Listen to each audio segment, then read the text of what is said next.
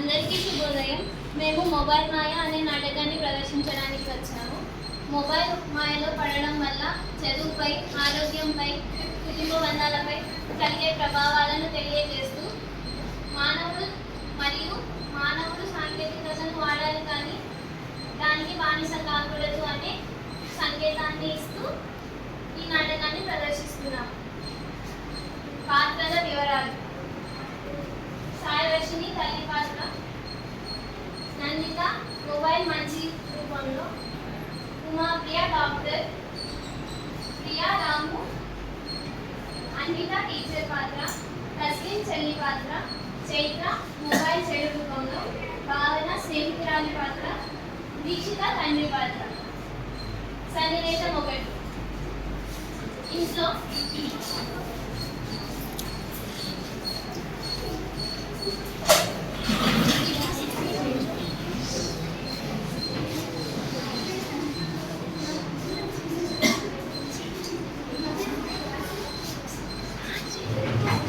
రాము, ఎంతసేపటి నుంచి మొబైల్ చూస్తున్నావు?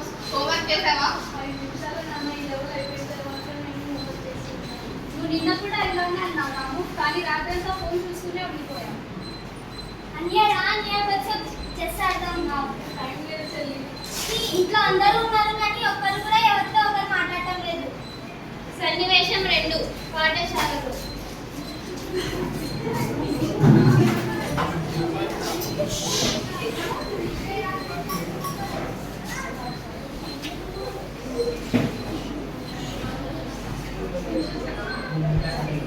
పిల్లలు అందరూ హోంవర్క్ చేశారా?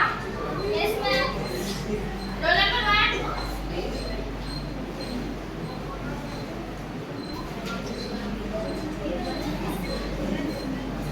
Roll number 2.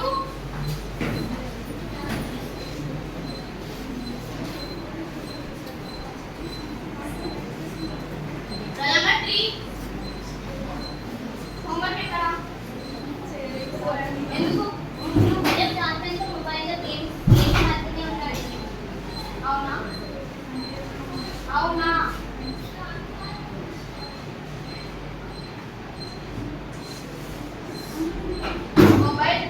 మొబైల్ రీల్స్కి, గేమ్స్కి, సోషల్ మీడియాకి ఎక్కువ సమయం కేటాయిస్తే మార్కులు తగ్గిపోతాయి. మొబైల్ చదువుకు భయపడుతుంది కానీ దాన్ని సరిగ్గా ఉపయోగించాలి. ఇంటర్నెట్లో పాఠాలు ఉన్నాయి, డిజిటల్ లైబ్రరీలు ఉన్నాయి, ఇంటర్నెట్ క్లాసెస్ ఉన్నాయి. ఇవన్నీ చూడకుండా మీకు ఈ సమయాన్ని మొత్తం గేమ్స్కి కేటాయిస్తే మిగతా మార్కులు ఎప్పుడు చదువుతాం? ఇది మీ మనసు కాదు. నిజమే మేడం. నేను రోజుకు 1 గంట మాత్రమే మొబైల్ వాడతాను. మిగతా సమయం చదువుకు, ఆటలకు కేటాయిస్తాను. ఇది మనిషిగా ఉంటుంది. మీరు చూసి నేర్చుకో. సన్నివేశం 3. ఇంటి వద్ద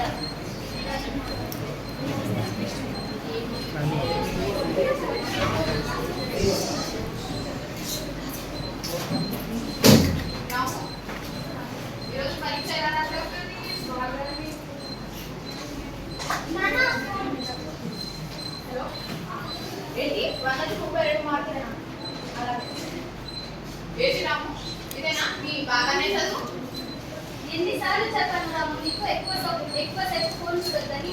రాత్రంతా ఫోన్ చూస్తూనే ఉంటాను. ఫోన్ చూడడం వల్ల నీకేమొచ్చింది? 100కి 32 మార్కులు తప్ప. సన్నివేశం 4.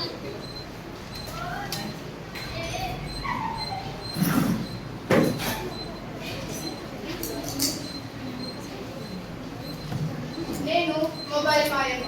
అమ్మా నాన్నల మాట వినకుండా చేస్తాను. పిల్లలు చదువును మర్చిపోయేలా చేస్తాను. స్నేహితులను దూరం చేస్తాను. నన్ను వదిలి ఎవరు ఉండలేరు. రాము, ఇంకా మొబైల్లో గేమ్స్ ఆడు, రీల్స్ చూడు. చదువు తర్వాత చూసుకుందాం. సన్నివేశం 5. ఆరోగ్య సమస్య. అమ్మా, ఏమమ్మా? కళ్ళు మళ్ళీ తీసుకుంటే మెడలు పెడుతుంది. నా రాత్రి నిద్రపోలేదు. ఎన్నిసార్లు చెప్పాను రాము, నీకు రాత్రంతా ఫోన్ చూడొద్దని. ఇప్పుడు చూడు, నువ్వే బాధపడుతున్నావు. డాక్టర్ దగ్గరికి వెళ్దాం.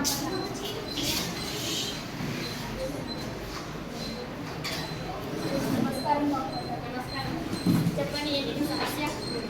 మా బాబు రాత్రంతా మెడ నొప్పితో, కంటి నొప్పితో చాలా బాధపడుతున్నాడు డాక్టర్. అవునా? ఎప్పుడు చూపించాను? నిన్న నుండే డాక్టర్.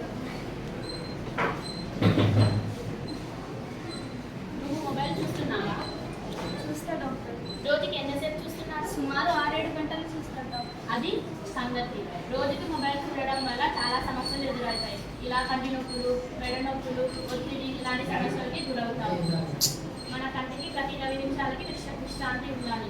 అప్పుడే మనం ఆరోగ్యంగా ఉంటాము. ఆటలు కూడా అప్పుడు ఆరోగ్యంగా ఉంటాం. సరేనా? సరే డాక్టర్. మంచిగా. సన్నివేశం 7 మొబైల్ మాట్లాడుతుంది.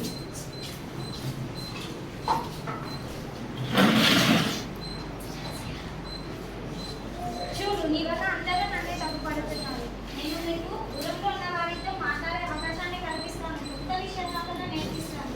కానీ మీరు నన్ను రోజంతా గేమ్స్ కోసం పరిచయం నేను ఏం చేయగలను? తప్పు నాది కాదు, మనం ఉపయోగించే విధానంలో ఉంటుంది. సన్నివేశం 8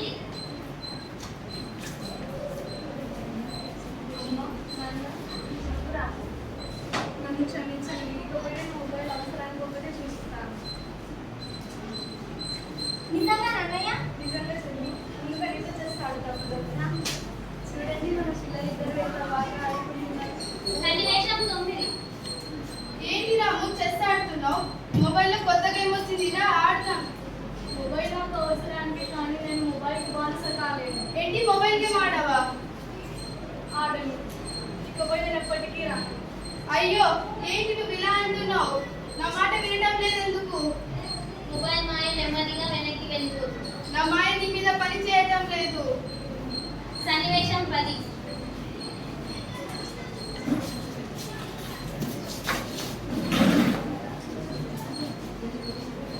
సాంకేతికత శాపం కాదు, దాన్ని తప్పుగా ఉపయోగించడం శాపం. ఆరోగ్యం మన చేతుల్లో ఉంటుంది. దాన్ని కాపాడుకోవాల్సిన బాధ్యత మనది. మొబైల్ జీవితంలో భాగం మాత్రమే. ఆరోగ్యం, చదువు, కుటుంబం ఇదే నిజమైన సంపద. కొద్దిసేపు మొబైల్, ఎక్కువసేపు కుటుంబం. గేమ్ ఆడండి, కానీ జీవితాన్ని గేమ్ చేయరు. నేను మారాను, మీరు కూడా మారండి. ముగింపు సందేశం. మొబైల్ మనుషుల కోసమే తయారైంది, కానీ మనుషులు మొబైల్ కోసం కాదు. అవసరానికి మాత్రమే మొబైల్ వాడండి. చదువుకు ప్రాధాన్యత ఇద్దాం. కుటుంబంతో ఎక్కువ సమయాన్ని గడుపుదాం. మొబైల్ వాడకాన్ని తగ్గిద్దాం, ఆరోగ్యాన్ని కాపాడుకుందాం. ధన్యవాదాలు.